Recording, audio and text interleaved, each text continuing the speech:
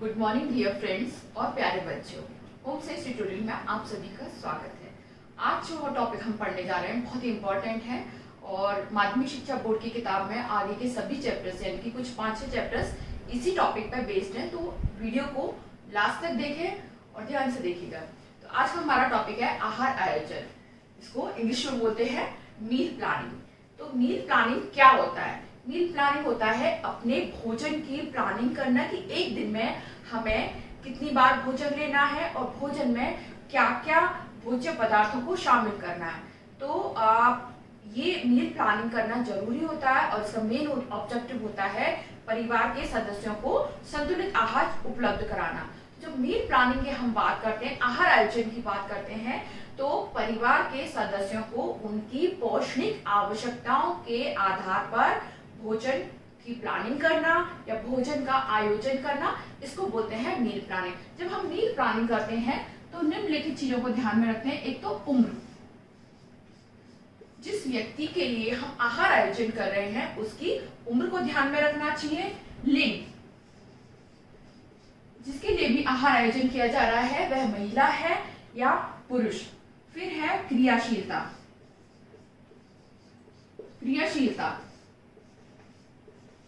क्रियाशीलता का मतलब है कि जिस व्यक्ति के लिए आहार आयोजन किया जा रहा है वो व्यक्ति अधिक शारीरिक श्रम करता है या अधिक मानसिक श्रम करता है, क्योंकि दोनों ही कैटेगरीज के लिए अलग अलग आहार आयोजन किया जाएगा।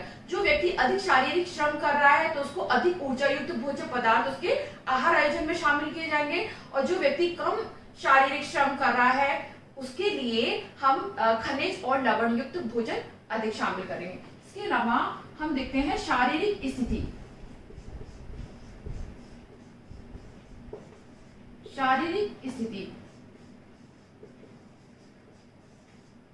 परिवार में यदि कोई महिला है तो उसकी शारीरिक स्थिति देखा जाएगा, यानी कि महिला क्या स्पेशल पीरियड में, प्रेगनेंसी पीरियड में, गर्भवती है या लैक्टेशन पीरियड में है, यानी कि धात्री महिला है जो कि बच्चे को दूध पिलाती है। यदि ऐसी कोई स्थिति है तो उसके लिए भी आहार आयोजन करते समय विशेष ध्यान रखा जाएगा। तो इस प्रकार से आहार आयोजन करते समय इन बिंदुओं को हम ध्यान में रखेंगे और इन बिंदुओं को ध्यान में रखते हुए व्यक्ति विशेष की पौष्टिक आवश्यकताओं के आधार पर हम पूरे दिन में दिए जाने वाले विविध भोज्य पदार्थों की प्लानिंग करेंगे और इसको ही आहार आयोजन कहते हैं। अब बात आती है कि आहार आयोजन की आवश्यकता क्यों है। तो आहार आयोजन की आवश्यकता इसलिए होती है क्योंकि हम देखते हैं कि एक ही परिवार में अलग अलग आयु के सदस्य होते हैं। छोटे बच्चे भी हो सकते हैं जो 5-6 साल के बच्चे हैं, या कॉलेज गोइंग स्टूडेंट्स भी हो सकते हैं जो कि 17-18 साल की एज ग्रुप में है, उनके एडल्ट पेरेंट्स हो सकते हैं, वृद्ध महिला पुरुष भी हो सकते हैं, और उसी परिवार में कोई गर्भवती महिला भी हो सकती है। तो हमने देखा कि अलग अलग सदस्यों की उम्र अलग अलग है, विशेष शारीरिक स्थिति वाली अवस्था में भी है। तो सभी का आहार एक जैसा होगा? नहीं, सभी का आहार एक जैसा नहीं होगा। आहार में वेरिएशंस होंगे, विभिन्नता होंगी, और ये वेरिएशन डिपेंड करेंगे न्यूट्रिशनल रिक्वायरमेंट्स पे, क्योंकि हर सदस्य की पोषक तत्वों की जो आवश्यकताएं हैं वो अलग अलग होंगी। तो पोषक तत्व हम सभी जानते हैं कि प्रोटीन होता है, कार्बोहाइड्रेट होता है, विटामिन होते हैं, खनिज लवण होते हैं।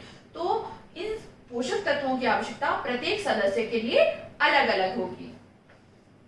तो जैसे छोटा बच्चा है, 5-6 साल का बच्चा है, तो वो बढ़ती हुई उम्र में है तो उसको अधिक प्रोटीन की आवश्यकता होगी। जो कॉलेज गोइंग स्टूडेंट है उनको भी अधिक प्रोटीन, अधिक ऊर्जा की आवश्यकता होगी। एडल्ट उनके पेरेंट्स हैं उनको मध्यम दर्जे की प्रोटीन की और ऊर्जा की आवश्यकता होगी। वृद्ध पुरुष महिलाओं को ना तो प्रोटीन की अधिक आवश्यकता होगी और ना ही ऊर्जा की अधिक आवश्यकता होगी, उनको अधिक आवश्यकता होगी विटामिन की और खनिज लवणों की।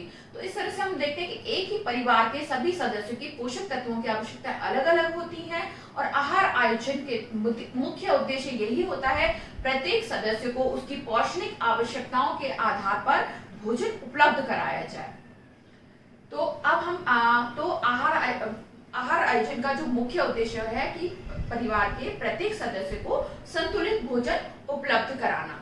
तो मैं समझती हूँ सभी को आहार आयोजन समझ में आ गया होगा।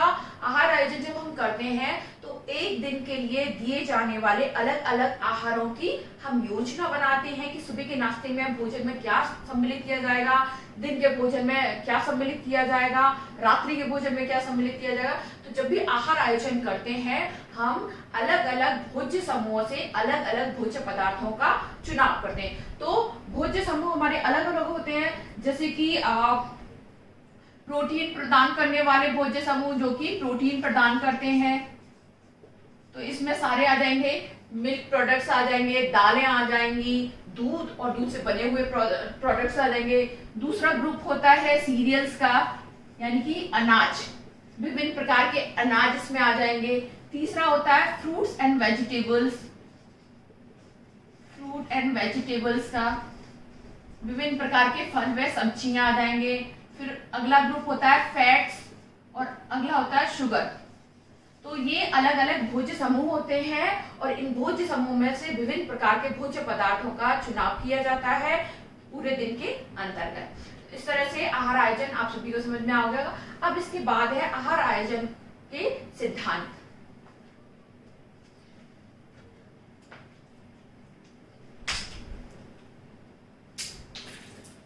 इसके सिद्धांत, तो पहला सिद्धांत है इसका पौष्टिक आवश्यकताएं।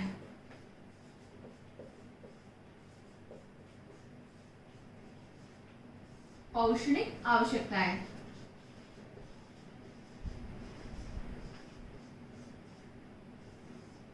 जब भी हम आहार आयोजन करते हैं तो जिस व्यक्ति के लिए आहार आयोजन किया जा रहा है उसकी पौष्टिक आवश्यकताओं को हमें ध्यान में रखना चाहिए कि इस व्यक्ति को अधिक प्रोटीन युक्त भोज्य पदार्थ अधिक देने हैं या अधिक ऊर्जा युक्त भोज्य पदार्थ अधिक देने हैं। तो उन आवश्यकताओं को ध्यान में रखते हुए ही हमें आहार आयोजन करना चाहिए। सेकंड सिद्धांत है विविधता।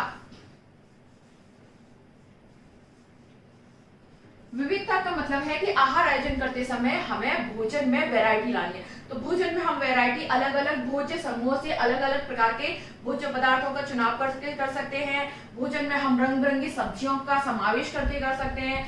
भोजन के पकाने की विधियों में परिवर्तन करके कर सकते हैं कि जैसे कि रोटी है, कभी पराठे बना दी जाए, कभी पूड़ी बना दी जाए या कभी बाटी बना दी जाए। तो एक ही प्रकार के भोज्य पदार्थ खाते खाते व्यक्ति को नीरसता का अनुभव होता है, बोरियत होती है। तो हम भोजन पकाने की विधियों में परिवर्तन करके भी हम विविधता ला सकते हैं। नेक्स्ट है क्षुधा संतुष्टि।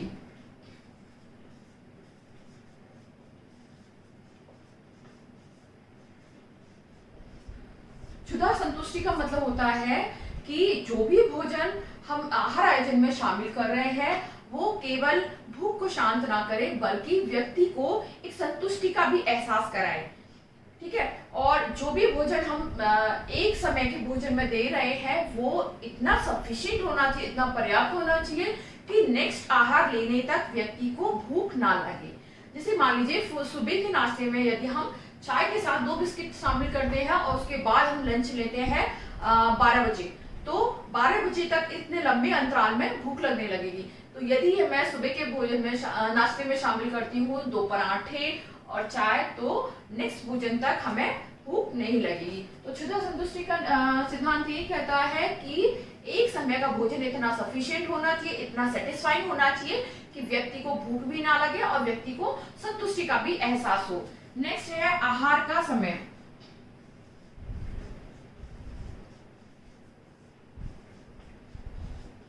आहार समय होता है कि किन्हीं 2 आहारों के मध्य में कितने घंटे का अंतराल है और ये अंतराल बहुत ज्यादा लंबा नहीं होना चाहिए। ठीक है, इसके अलावा प्रत्येक एक दिन में कितनी बार भोजन की बारंबारता, कितनी फ्रीक्वेंसी है भोजन लेने की। तो सामान्य परिवारों के द्वारा 3 बार या 4 बार भोजन लिया जाता है, जिसमें सुबह का नाश्ता होता है, दिन का भोजन होता है, शाम की चाय के साथ कुछ स्नैक्स लिए जाते हैं और रात्रि का भोजन। तो एक दिन में लिए जाने वाले आहारों की बारंबारता कितनी बार है ये हमें आहार आयोजन करते समय ध्यान में रखना चाहिए ताकि हम उतनी बार की भोजन की प्लानिंग हमारे आहार आयोजन में करें। इसके बाद नेक्स्ट सिद्धांत है पूरे दिन को एक इकाई मानना। पूरे दिन को एक इकाई मानना।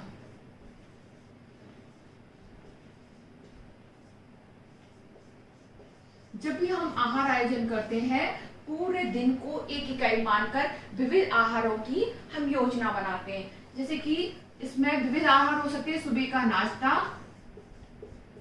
दिन का भोजन और रात्रि का भोजन। तो इन सभी आहारों की योजना हमें एक साथ बनानी चाहिए, जो कि हम आगे की वीडियो में देखेंगे, एक आहार आयोजन की प्लानिंग।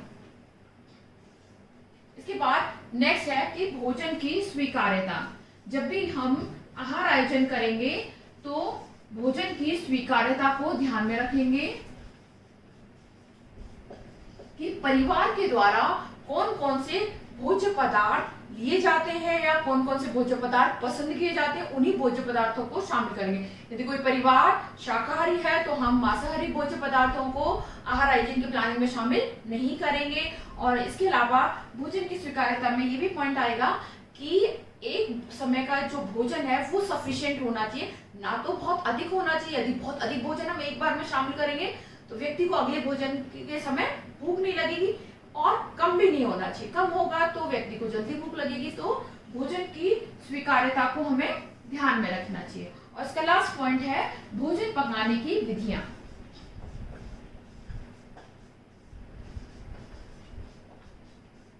भोजन पकाने की विधियां। आहार आयोजन करते समय हमें भोजन पकाने की उन विधियों का इस्तेमाल करना चाहिए जिनसे कि भोजन के पौष्टिक तत्व नष्ट ना हो। ठीक है, यदि हम ऐसी विधियों का समावेश कर रहे हैं जिससे कि भोजन के पौष्टिक तत्व निकल रहे हैं, यदि हम चावल को पकाते समय उसके माड़ को निकाल रहे हैं तो भोजन हमारा जो स्टार्च है वो तो निकल ही गया, तो पौष्टिक तत्व तो निकल गए। तो हमें भोजन पकाने की उचित विधियों का समावेश करना चाहिए। इसके अलावा भोजन की पौष्टिकता बढ़ाने वाली विधियां जैसे कि फर्मेंटेशन का हमें इस्तेमाल करना चाहिए, अंकुरीकरण का इस्तेमाल करना चाहिए। हमें तो अलग अलग भोज्य समूह के भोज्य पदार्थों को मिलाकर बनाना चाहिए, जैसे कि दही बड़ा। तो दही बड़े में जो दही हम डालते हैं वो मिल्क एंड मिल्क प्रोडक्ट से है, और बड़े हम बनाते हैं दाल से। तो दो अलग अलग प्रकार के भोज्य समूह उनको मिलाकर बनाते हैं, तो ऐसी चीजें जो है अधिक पौष्टिक बनती है। तो इस प्रकार से हमने आहार आयोजन देखा और आहार आयोजन के सिद्धांत देखे। तो आप जिसमें मेन चीज मैं आपको फोकस करूंगी कि आहार आयोजन करना इतना सरल नहीं होता, ये एक कला भी है और विज्ञान भी है। It's a combination of art plus science. Art and science का कॉम्बिनेशन कैसे है? आर्ट इसमें कला हुई कि भोजन को आप पौष्टिक बनाना, भोजन को स्वादिष्ट बनाना, भोजन को बहुत ही सुंदर तरीके से परोसना, ये इसका कलात्मक तत्व है। अब इसमें साइंस हुआ कि हम भोजन को इस प्रकार से पकाएं कि उसके पौष्टिक तत्व नष्ट ना हो, या भोजन को हम सीमित संसाधनों में इस प्रकार से पकाएं कि भोजन अधिक पौष्टिक बने, और भोजन को अलग अलग भोज्य समूहों से सेलेक्ट करके बनाना, न्यूट्रिशनल रिक्वायरमेंट्स को पूरा करना, ये एक इंटेलिजेंट काम है और ये साइंस से रिलेटेड एक एक्टिविटी है। तो आहार आयोजन जो है एक कला भी है और एक विज्ञान भी है। तो आज का वीडियो में अगर आपको पसंद आया है तो इस चैनल को लाइक करें, सब्सक्राइब करें और वीडियो के नीचे कमेंट करें अगर आपको नहीं समझ में आई है कोई चीज या समझने में कुछ प्रॉब्लम है, ताकि हम उन प्रॉब्लम्स को अगली वीडियो में शामिल करेंगे। Thank you.